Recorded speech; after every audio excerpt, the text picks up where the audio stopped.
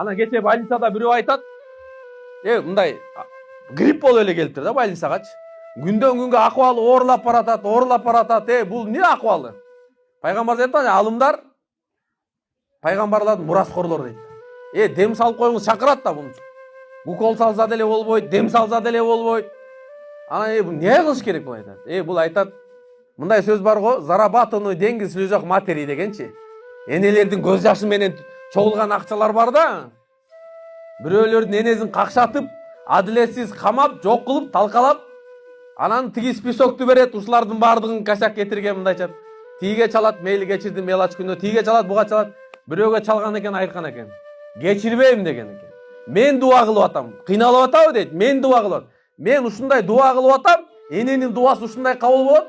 Кандай менин баламдын жашоосун талкалагандай, кандай менин баламды ушундай кыйынчылыкка алып келгендей, баламды мен жан дүйнөсүн жакыр кылып жок кылгандай, ошондой кылып өзүнү ошондой сакка кылып алып келмейинче, Аллахым жанын алба деп мен буга дуа кылып атам дейт.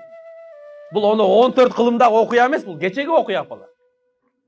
Ошон үчүн адам айтат, кандай күнөө менен келсең дагы адамдын акысы менен келбегин дейт.